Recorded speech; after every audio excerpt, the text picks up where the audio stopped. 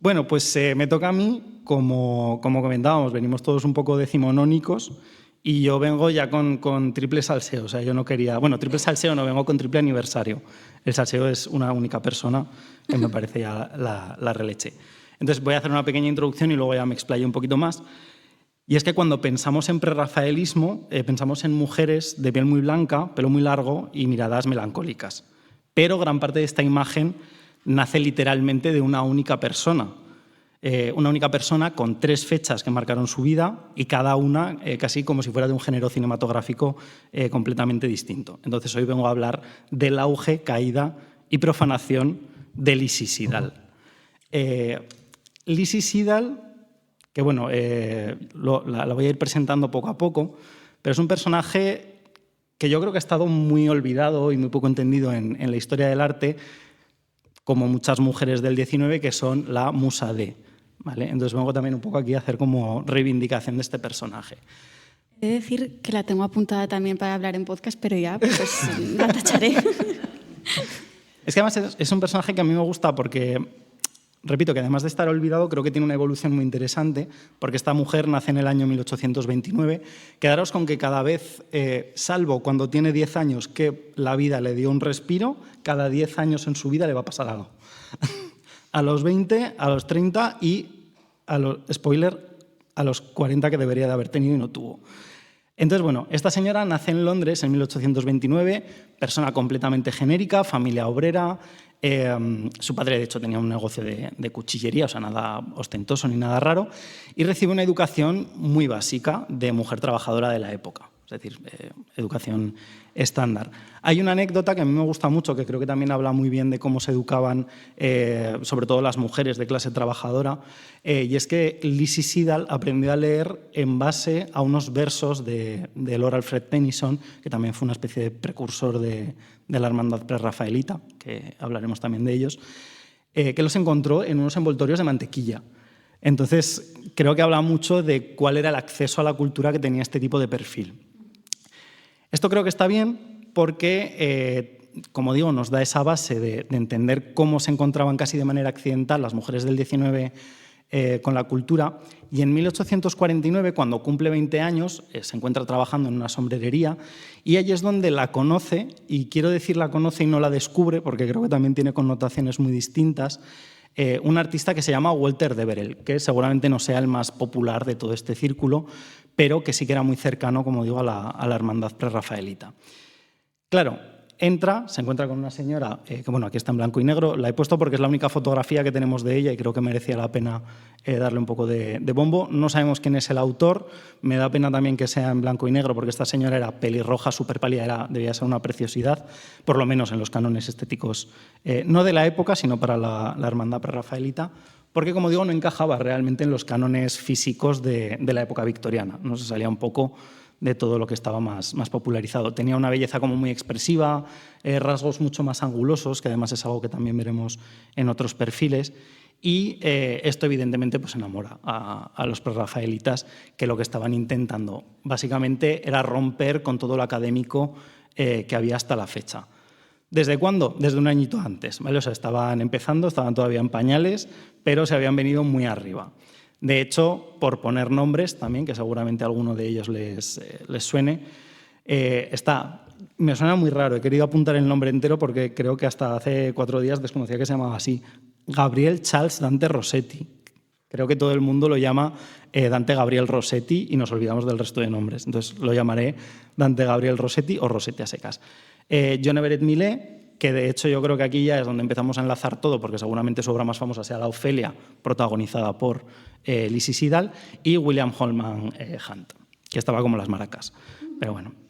Entonces, en este momento, como digo, en el año 49, 20 añitos, entra en contacto con la hermandad prerrafaelita y se convierte casi como en una especie de encarnación del ideal medieval bucólico que estaban persiguiendo estos autores. Como digo, posa para todos ellos. Y es en este momento cuando ya se le empieza a torcer un poco la cosa.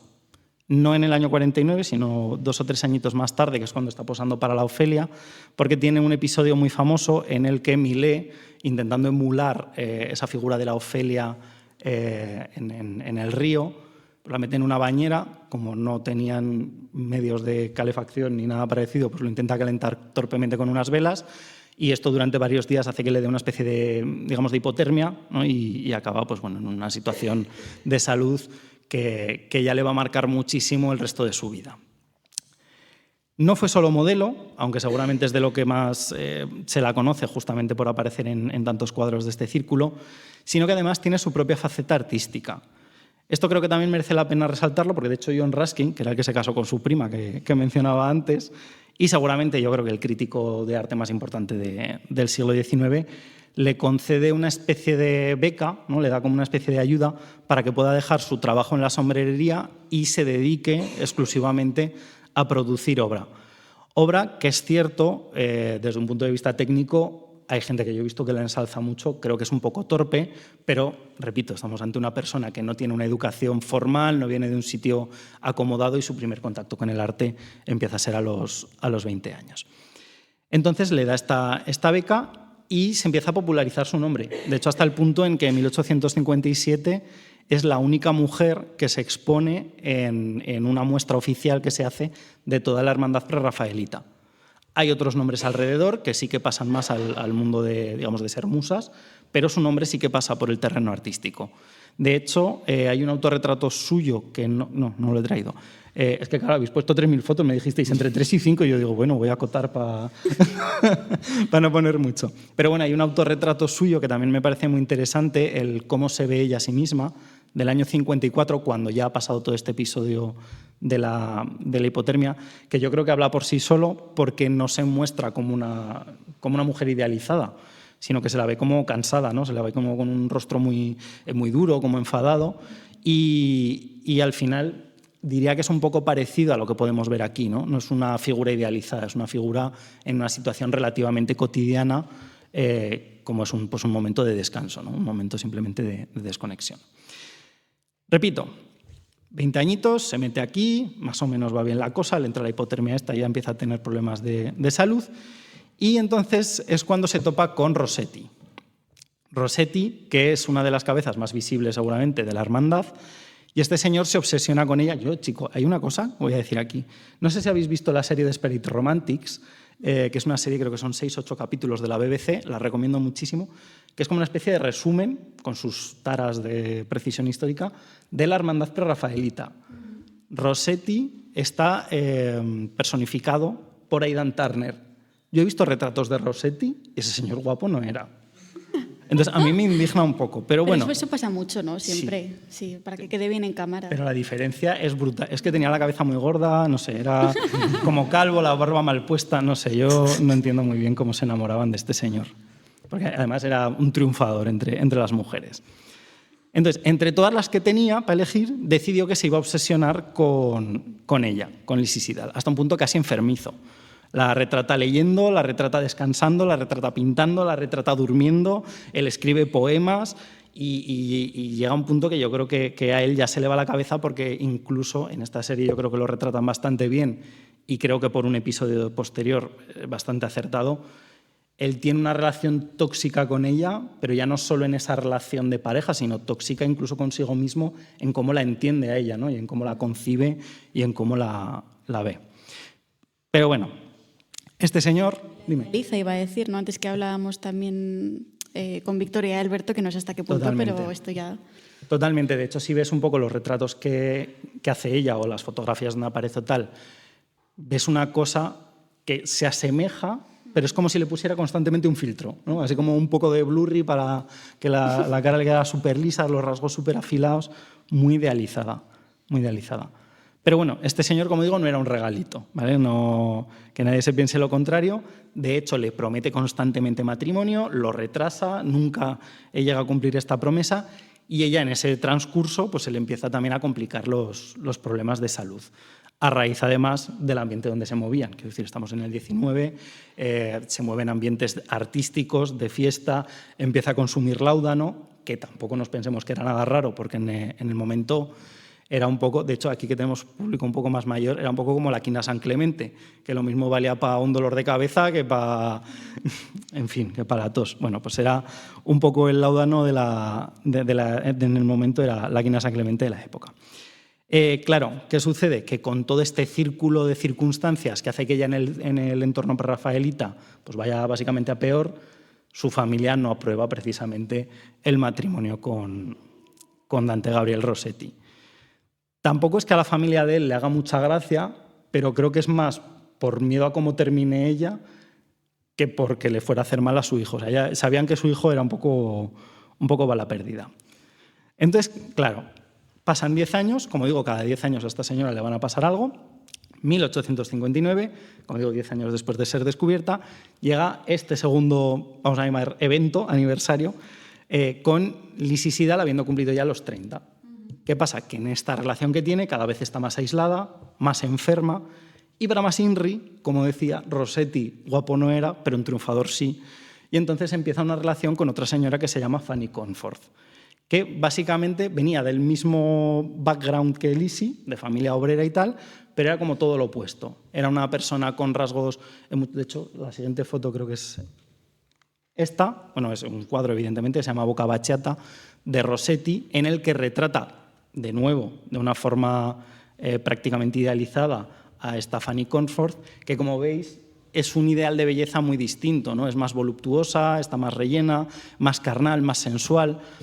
Claro, os podéis imaginar por dónde van los tiros de la relación que establece con esta señora. Y por lo que sea, pues cosas de la vida, ¿no? Hace que esto, en la relación de Rossetti y de Lizzie, pues pase factura, ¿no? La cosa se vuelve un poquito más amarga. Claro, relación todavía más tóxica, problemas de salud. Finalmente, después de haberle puesto los cuernos en 1859, parece que en 1860 termina de convencerlo para casarse. Se casan no en Londres ni en Oxford, que es un poco donde se movían principalmente, sino en Hastings, de manera improvisada. No hay familia, no hay amigos. De hecho, los testigos que hay son 2 personas que pillan ahí en el pueblo porque van pidiendo gente para que participe. En fin, gente que ni les conocía, no sabían ni quién eran, ¿no? Entonces llegaron allí y dijeron, sí, que se casen. Pues vale, ya está. Por romántico. Exacto. Todo lo contrario. Las 2 caras de la misma moneda. Viajan a París también, que está muy bien, en estas mismas fechas del 19. Y allí parece que la cosa mejora un poco, ¿no? Ella de salud, pues bueno, se va recuperando un poco, vuelve a pintar, que era algo que había dejado a raíz de toda esta toxicidad. Incluso se queda embarazada, pero la niña nace sin vida y evidentemente esto ya termina por reventarle la cabeza totalmente a Lizzie. Agotamiento físico, psicológico, emocional, la relación se sigue deteriorando, entra en depresión, sigue consumiendo láudano cada vez de forma más compulsiva y en 1862, no han pasado todavía 10 años, pero todavía le pasará algo más gordo, fallece. ¿Vale? Fallece por sobredosis, no es lo más gordo que le pasa, repito. Aquí hay un debate incluso porque había gente que decía que se había sido accidental, se había sido un suicidio, porque incluso hay como una especie de leyenda urbana sobre una nota de despedida, vamos a decir, que le deja a Rossetti, que Rossetti la destruyó porque no quería... Claro, pensemos que en el 19 suicidarse era lo menos cristiano que se podía hacer, no te permitía enterrarte en un cementerio y eso socialmente a las 2 familias las hubiera destrozado por completo. Claro, aquí diremos, pues ya está, ¿no? Pues ojalá, porque Rossetti sí que queda devastado, emocionalmente, repito, está obsesionado con ella, a pesar de que le ponga los cuernos y demás, y la entierra en el cementerio de Highgate. Concretamente, de hecho, esta foto está sacada hace 4 meses porque mi novia y yo fuimos a Highgate y nos volvimos locos buscando la tumba y fue como una celebración vital. O sea, era como algo que necesitábamos hacer sí o sí.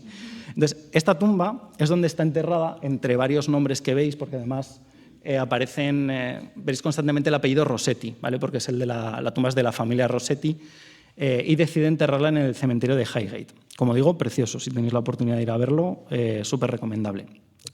Y dentro del ataúd mete un manuscrito con poemas inéditos que él le había escrito a ella, entre los que se encuentra uno muy concreto que se llama The House of Life, que es una especie de consecución de versos que tampoco están conectados del todo, sobre la ausencia, la pérdida y la memoria del cuerpo amado. O sea, el nivel de obsesión de este señor es absoluto. 7 años después de su muerte, 10 años después de ese momento anterior... Claro, ella ya había muerto. Ella, en principio, ya esto no le debería de haber afectado. Tendría que haber cumplido 40 años, repito, no los cumplió, pero Rossetti cambia de opinión. Y entonces lo que hace es autorizar la exhumación del cadáver de Lizzie Siddal para recuperar el libro, de hecho de una manera súper clandestina, en plena noche, aun habiéndolo autorizado, que es algo que yo no entiendo. ¿Y por qué? Básicamente. O sea, no hay como un testimonio de cuál es el motivo, pero básicamente la exhuma, saca el libro y, voy a decir automáticamente, lo publica. De hecho, hay una leyenda que dice que cuando desenterraron, cuando abrieron el ataúd, que el pelo pelirrojo le había crecido tanto que llenaba todo el féretro, que yo creo que también es como una imagen muy bucólica, ¿no? Muy del 19, no ocurrió realmente, ¿vale? Era un efecto visual que se debe a la retracción de la piel por el propio cadáver, pero ya está, esto es lo que es triste. La vida real no es tan pro. Pero, como digo, tuvo éxito, ¿no? esta leyenda porque calaba muy bien con ese ideal de lo bucólico, de la muerte en el siglo XIX. Y cierro ya un poco aquí porque realmente ya poquito más le podía pasar a esta señora, pero esto hace que historiográficamente yo creo que también sea una figura interesante, porque nos habla en cierta medida de cómo, incluso después de muerta, Lizzie Siddal seguía siendo artista. De hecho, en el cementerio se pueden comprar no los poemas de Rossetti, sino los poemas de Lizzie Siddal y algunas obras sobre su biografía. Es decir, importa más su figura, a pesar de estar enterrada en la tumba de los Rossetti. Y en el año 2023, hace relativamente poco, en la Tate Modern se hizo una exposición que se llamaba de Rossettis, porque Dante Gabriel Rossetti no era el único artista de la familia. Su hermana Cristina también escribía poemas, de hecho era de las poetisas más importantes del XIX en Reino Unido, donde se le dedicó un espacio única y exclusivamente, a pesar de ser sobre la familia, a la propia Lizzie Siddal.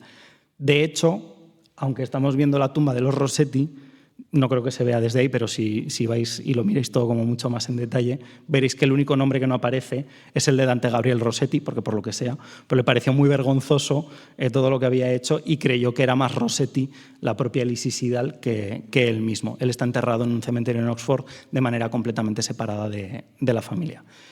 Entonces, esto es un poco la idea, ¿no? Yo creo que seguramente el gran problema de esta autora, de esta artista, es que la biografía que tiene es potente, es estética, es trágica, y yo creo que todo esto ha terminado por eclipsar un poco su figura, que en el fondo creo que la hace también un personaje como muy moderno, ¿no? Y muy interesante a día de hoy, pero quería traer también un poco esa pregunta, ¿no? Si creéis que a veces prima más y también si interesa más esa parte de la biografía, que yo lo he traído por salseo puro y duro, pero si nos interesa más esa parte y luego muchas veces se nos olvida, a pesar de que haya puntos, como lo que decía de la Tate Modern, que nos traen esos ecos del pasado, pero que realmente a nivel histórico no les damos tanta importancia.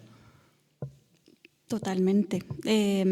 Claro, de hecho yo creo que pasa mucho, pienso en Bangkok, por ejemplo, ¿no? Que también cuanto más se conoce la parte más personal de él, como que a la gente le gusta más, ¿no? Y al final es un poco lo que decíamos antes, si lees los escritos de personas como que conectas más y creo que hace que empatice mucho más la gente. Y luego pasa que hay gente que idealiza también pinturas, ¿no? El arte simplemente porque le gusta a la persona, pero no valora objetivamente algunas cosas, puede ser. Sí, o sea, estoy totalmente de acuerdo. O sea, además también cuanto más conozcamos de un artista, yo creo que es mucho mejor, no solamente por lo que nos pueda gustar una obra más o menos, pero saber el contexto de por qué se ha pintado. Por eso también uno de los grandes debates, ¿no? De si podemos separar el artista de la obra, ¿no? O sea, quiero decir, si es un pintor que a sus mujeres no les trataba muy bien, pues igual la obra yo lo veo ya desde... Poco se ha cancelado a Rossetti, tengo que decir. Eso. Quizá porque no es tan conocido no es como tan Picasso, mediático, igual. Sí. Puede ser. Pero bueno, que tenemos artistas más contemporáneos que tampoco se les ha cancelado mucho. Picasso, por si no vamos a decirlo también, el tercer Pablo, pero el malo, nosotros somos los buenos, vamos a hacer también esa distinción. Y sí, ¿no? Bueno. Sí, que igual tampoco hace falta cancelar, simplemente ser conscientes conocerlo sí. y seguir viendo la obra y que no se cancelen sus obras, ni se quemen ni nada, pero siendo conscientes de la realidad. Saber cómo era y saber en qué contexto se hizo todo, ¿no? Estaba pensando que otro evento canónico que igual ha tenido Lizzie hace poco es que Taylor Swift hiciera una canción sobre Ofelia y le... Bueno, es que el tema de los prerrafaelitas y el mundo audiovisual, los videoclips, el cine, eso es una auténtica locura. A mí es que es un movimiento que me gusta mucho, no es seguramente de los más populares a nivel histórico. Duró tan poquitos años, además, pero fue tan... Es que además me hace gracia porque históricamente coincide el inicio y el fin 100 años antes de el pop art. Bueno, a ver, el pop art luego se extiende mucho más, ¿no? Pero la actividad de Andy Warhol como iniciador del movimiento pop art. Entonces me choca mucho también porque creo que hicieron, entre comillas, lo mismo, romper con los cánones estéticos, romper con el arte tradicional del momento, ser malentendidos seguramente, a pesar de que en este caso iban con Ruskin de la mano. Y luego, claro, Andy Warhol sí que ha pasado mucho más a la historia, ellos no tanto, ¿no?